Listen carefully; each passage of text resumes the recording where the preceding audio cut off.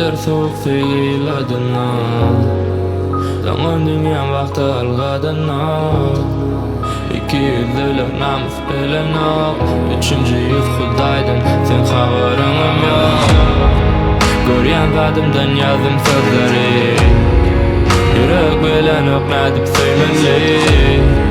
Nädip tümlükde ýakda barmaly, näme görmeli, kaçan ölmeli. Hakikat adamlarda yok zat, ben söýen yürek ölýän.